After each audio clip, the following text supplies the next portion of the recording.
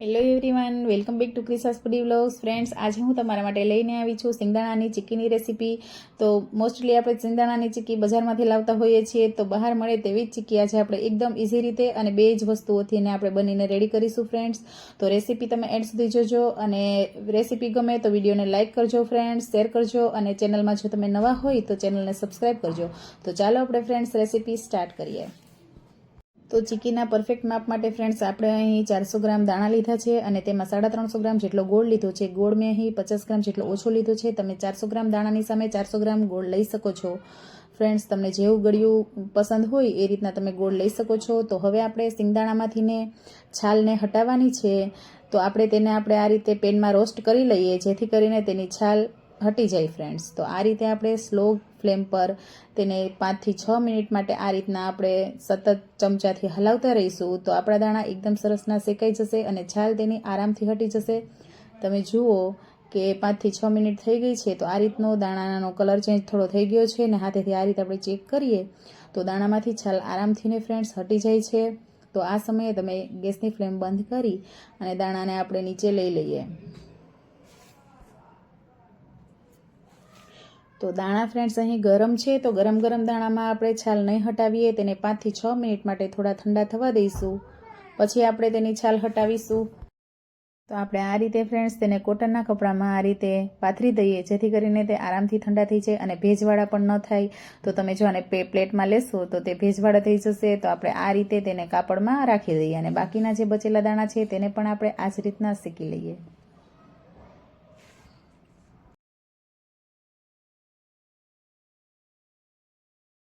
તમે જુઓ ફ્રેન્ડ્સ, મેં બાકીના દાણા પણ આ રીતના રોસ્ટ કરી લીધા છે. તો હવે ફ્રેન્ડ્સ આને પણ આપણે કપડામાં આ રીતે લઈ લઈશું અને તેને થોડા પાથરી દઈશું ફ્રેન્ડ્સ. અને 5 થી 10 મિનિટ માટે આપણે થોડા ઠંડા થવા દઈએ. આપણે હાથમાં તેને અડી શકીએ એ રીતના ઠંડા થઈ જાય પછી આપણે તેની છાલને હટાવીશું.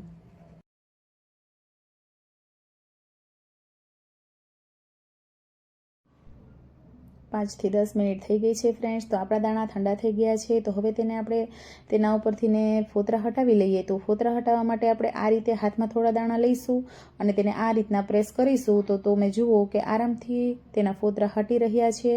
તો આ રીતે પણ તમે કરી શકો છો અને આ રીતે તમે કપડામાં થોડા દાણા નીચે લઈ અને હાથેથી આ રીતે પ્રેસ કરશો તો પણ તેના બધા દાણામાંથી ફોતરા હટી જશે. તો આપણે બધા જ દાણામાંથી આ રીતે ફોતરાને હટાવી લઈએ.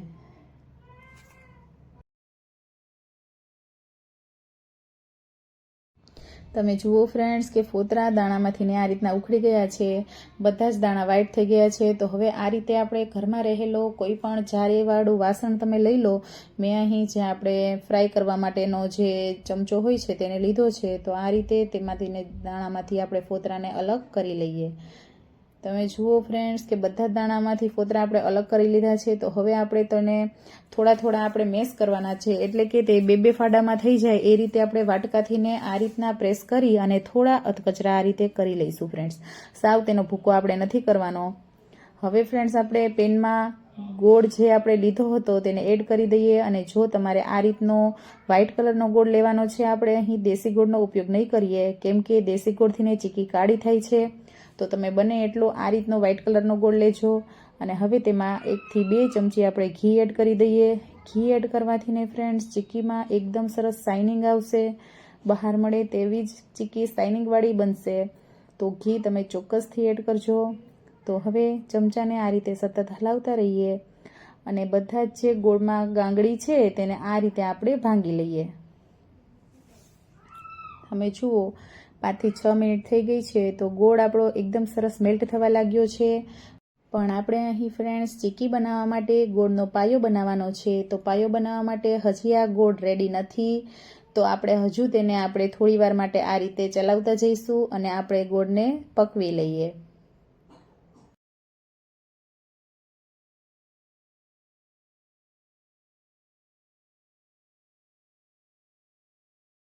તમે જુઓ કે આપણે જેમ જેમ ગોળ આપણો શેકાતો જાય છે તેમ તેમ ગોળ ફ્લફી થતો જાય છે. તો ફ્રેન્ડ્સ આ રીતના ઘટ થઈ ગયો છે આપણો ગોળ અને કલર પણ થોડો ચેન્જ થઈ ગયો છે. તો આ રીતે આપણે વાટકીમાં પાણી લઈ અને તેમાં થોડું ગોળનું પોષણ એડ કરી અને આપણે ચેક કરી લઈએ. જો તે તૂટી જાય એ રીતનો થઈ જાય તો ગોળ આપણો રેડી છે, અને જો તે ખેંચાતા લાંબો થતો હોય તો તે પરફેક્ટ નથી. તો હાથેથી ને ફ્રેન્ડ્સ આપણે ગોળને આ રીતે લઈ અને તેને આ રીતે તોડીશું તો તે આરામથી તૂટી રહ્યો છે. તો આપણો પાયો પરફેક્ટ આવી ગયો છે ફ્રેન્ડ્સ. તો અહીં આપણે ગેસની ફ્લેમને ઓફ કરી દઈએ અને તેમાં આપણે જે શેકેલા દાણા રાખ્યા છે તેને આપણે એડ કરી દઈએ. અને અહીં જો તમને દાણા વધારે લાગતા હોય તો થોડા તમે રાખી પણ શકો છો. જેટલા જરૂર પડે એટલા જ આપણે અહીં એડ કરવાના, જેથી કરીને આપણી પરફેક્ટ ચીક્કી બને. જો દાણા ઓછા અને દાણા વધારે અને ગોળ ઓછો હશે તો પણ તમારું ચીક્કી સરખી થશે નહીં, કેમ કે તે સીધી જ જામી જશે. તો ફ્રેન્ડ્સ તમે અહીં માપનું ચોક્કસ ધ્યાન રાખજો. તો હવે આ રીતે આપણે દાણા અને ગોળને મિક્સ કરી લીધું છે. તો હવે આપણે અહીં ફ્રેન્ડ્સ એક થાળી લીધી છે, તેમાં મેં થોડું ઘી લગાવી દીધું છે. તો હવે તેના ઉપર જે મિક્સચર રેડી કરેલું છે તેને લઈ લઈશું અને આપણે આને પાથરી લઈશું. તો એક વાટકા પર બેક સાઈડ તેની ઘી થોડું લગાવી અને વાટકાથી આપણે પ્રેસ કરતા જઈશું અને આપણે આ મિક્સચરને પાથરી લઈએ.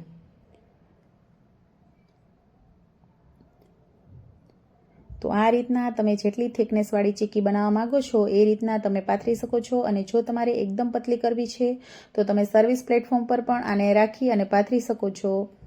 તો હવે આને આપણે 10 મિનિટ માટે ઠંડી થવા દઈશું. 10 મિનિટ થઈ ગઈ છે ફ્રેન્ડ્સ. થોડી ઠંડી થઈ ગઈ છે, સાવ તેને સુકાવા નથી દેવાની. થોડી ઠંડી થાય એટલે આપણે આ રીતે કટર વડે તમે તેમાં આપણે કાપા કરી લઈશું, જેથી કરીને તે એકદમ સુકાઈ જશે તો કાપા સરખા નહીં થાય. તો તમને અહીં ફ્રેન્ડ્સ જેવડી સાઇઝની ચીક્કી જોઈતી હોય એ સાઇઝમાં તમે અહીં કટ લગાવી શકો છો. સ્ક્વેર અથવા તો રેક્ટેંગલ શેપની ચીક્કી તમે બનાવી શકો છો. તો તમારા મનપસંદ મુજબના તમે અહીં કટ લગાવી શકો છો. તો આ રીતના આપણે ચીક્કીમાં કટ લગાવી અને ફરી તેને 10 થી 15 મિનિટ માટે આપણે સૂકવા દઈશું. તે એકદમ સરસ સુકાઈ જશે અને ક્રિસ્પી થઈ જશે. પછી આપણે તેને પ્લેટમાંથી અલગ કરીશું અને પછી આપણે તેને ડબ્બામાં ભરી લઈશું ફ્રેન્ડ્સ. 15 થી 20 મિનિટ ફ્રેન્ડ્સ થઈ ગઈ છે. તમે જુઓ કે આપણી ચીક્કી એકદમ સરસ સુકાઈ ગઈ છે અને તે એકદમ રેડી થઈ ગઈ છે ખાવા માટે. તો તમે આ રીતે આપણે ચાકુની મદદથી ને ચીક્કીને બધી અલગ કરી લઈશું પ્લેટમાંથી. અને આ સમયે જો ચીક્કી તમારી પ્લેટમાં ચીપકેલી હોય, તે ન નીકળતી હોય તો તમે પ્લેટને થોડી ગેસ પર ગરમ કરશો તો તે આરામથી અલગ થઈ જશે. તો ફ્રેન્ડ્સ રેડી છે આપણી એકદમ સરસ બજારમાં મળે તેવી જ ચીક્કી. તો રેસીપી તમને કેવી લાગી ફ્રેન્ડ્સ કમેન્ટ કરીને મને ચોક્કસથી કહેજો. અને આ રીતે તમે ઘરે ચોક્કસથી બનાવજો. જો એકવાર તમે ઘરે બનાવશો તો તમે બહારથી લાવવાનું ભૂલી જશો, એટલી સરસ બનશે. તો રેસીપી તમને ફ્રેન્ડ્સ ગમી હોય તો વિડીયોને લાઇક કરજો, ફ્રેન્ડ્સ સાથે શેર કરજો. અને જો ચેનલમાં તમે નવા હોય તો મારી ચેનલને તમે સબસ્ક્રાઈબ કરજો, આવા અવનવા રેસીપીના વિડીયો સૌથી પહેલાં જોવા માટે ફ્રેન્ડ્સ. તો ફરી મળીશું એક નવા વિડીયો સાથે. બાય.